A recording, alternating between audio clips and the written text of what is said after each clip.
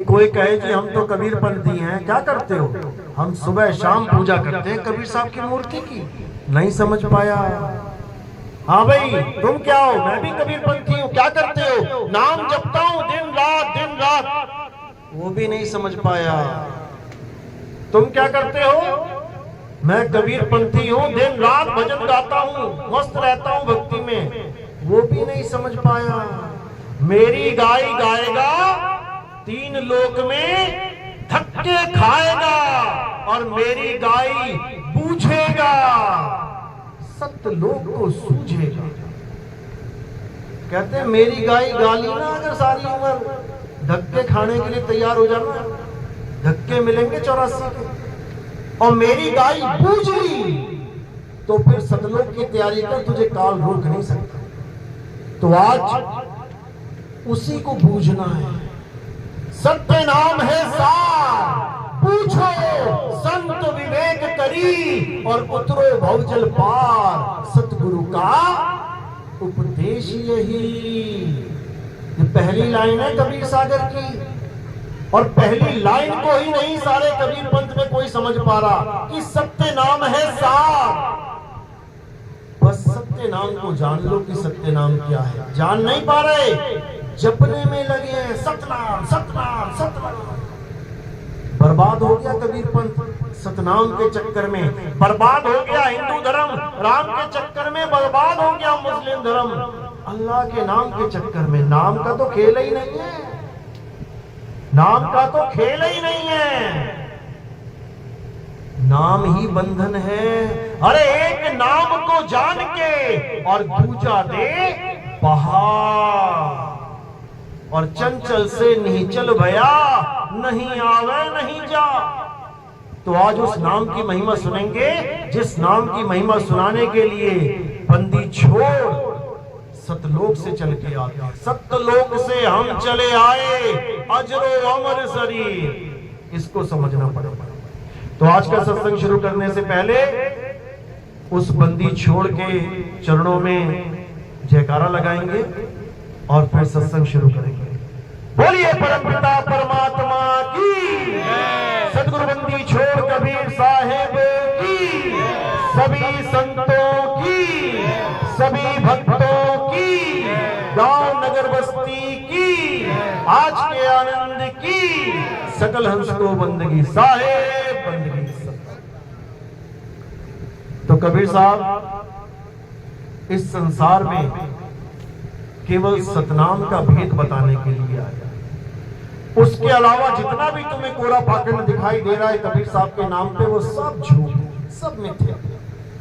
कोई मंदिर बना के बैठ गया कबीर साहब के नाम पर, कोई मूर्ति लगा के बैठ गया कबीर साहब की, मूर्ति के आगे गल्ला भी लगा दिया कबीर साहब के नाम पे। ये सब झूठ है, ये सब पाखंड है। साहिब ने कभी कहा ही नहीं कि मूर्ति की पूजा करो, लेकिन दुख के साथ कहना पड़ रहा है कि कबीर पंथी भी ना समझ पाए। अरे साहिब ने खंडन किया मूर्तियों का। पाथर पूजे हरि मिले, तो मैं पूजू पहाड़, और वासे ये चाकी भली जो पीस खाए संसार। कबीर साहब ने खंडन किया मूर्तियों का, खंडन किया नाम का। कौन से वाले?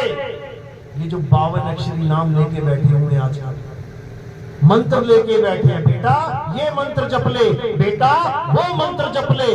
गुरुजी कितना टाइम? 2 घंटा जप ले, 3 घंटा जप ले। और साहिब क्या कह रहे हैं? अरे तंत्र मंत्र सब झूठ है, इनमें न भर में कोई, और सार शब्द जाने बिना कागा हंस ना हो। ये जितने भी तंत्र मंत्र वाले हैं ये सब 84 की तरफ दौड़ रहे हैं, भाग रहे हैं। बिना सार शब्द के सब धरे जाएंगे काल की कचहरी में। तो कबीर साहब समझा रहे हैं कि बचना चाहो काल जाल से, तो चीनो शब्द हमारा, और कहे कबीर अमर कर राखूं जो निज होए हमारा। अगर काल से बचना है तो शब्द को छीन ले।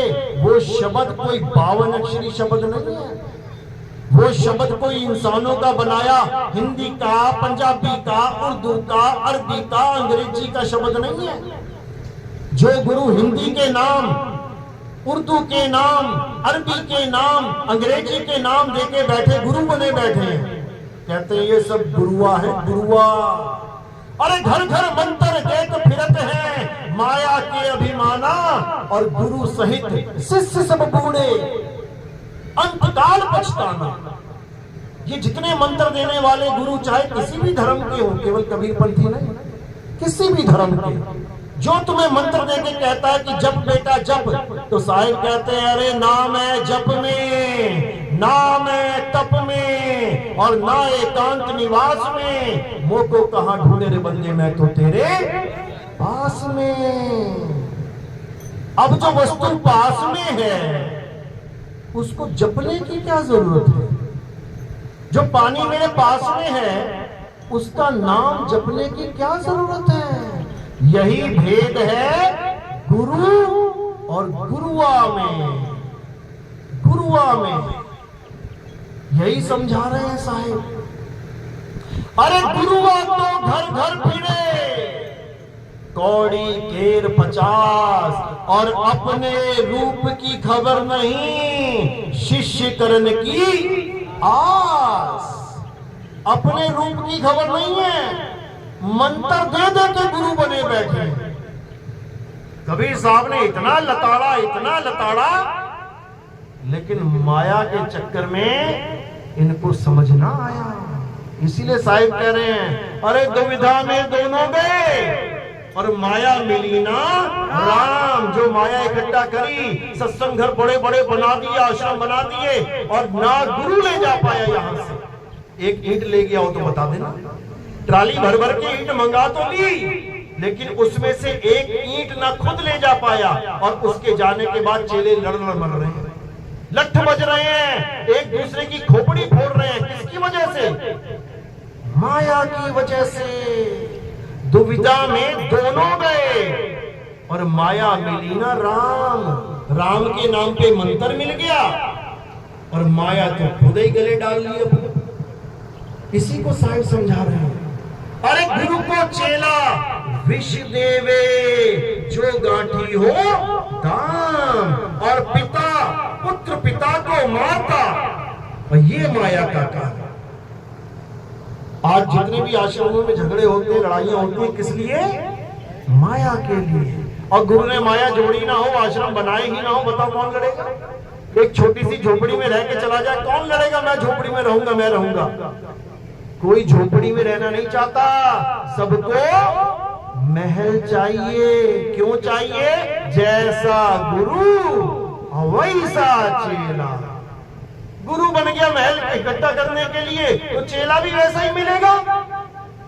और साहिब क्या कह रहे हैं? बाणियां किसकी गा रहे हैं? मन लागो मेरो यार फकीरी में। फकीर संगमरमर से नीचे नहीं फकीरी आ रही किसी की। आश्रम में संगमरमर पत्थर लगा होना चाहिए, करोड़ों रुपए के बड़े बड़े महल बने चाहिए, और भजन गा रहे हैं मन लागो मेरो यार फकीरी में। कबाड़पंथी है ये, कबाड़पंथी, कबीरपंथी नहीं है। कबीरपंथी होते तो एक झोपड़ी में भी मन लग जाता, लेकिन नहीं लग रहा है। क्यों? क्योंकि बड़ा दिखने का शौक है, बड़ा हो जाओ, मेरा और बड़ा आश्रम हो जाए, उसके बाद फोटो खिंचवा खिंचवा के आश्रम की घरों में लगवा देंगे, ये है हमारा आश्रम। इतना बुरा हाल है। और कैसे छूटेगी माया? और गुरु की ना छूट पारी, चेले की कैसे छूटेगी? नहीं छूट सकती। इसीलिए साहिब ने बिल्कुल खरे खोटे शब्दों में गुरुओं को लताड़ा कि तुम सुधर जाओ। पहले कहें कबीर सुनो भाई साधो, पहले तुम लोग सुनो, बाद में सुनाना किसी को। तो साहिब ने किसी को नहीं बख्शा, किसी को भी नहीं, कि सब माया की दौड़ में अंधे हुए पड़े हैं, और जिसको प्राप्त करना है उसकी तरफ किसी का ध्यान नहीं है। अरे ये काया को कुटी कहा साहिब ने, ये कुटी भी खाली करके चले जाओगे, उन आश्रमों का क्या करोगे? बड़े बड़े आश्रमों का। और कितने आश्रम बनाओगे? संगत के लिए बनाया है, संगत तो बढ़ती जा रही है। 100 करोड़ चेले बन गए तो क्या करोगे? पूरा शहर, पूरा राज्य खरीद लोगे तुम? ये सब माया की दौड़ है, इसी से बाहर निकल जाना है। अरे आश्रम तो बहुत दूर की बात है। साहिब कहते हैं रहना नहीं देश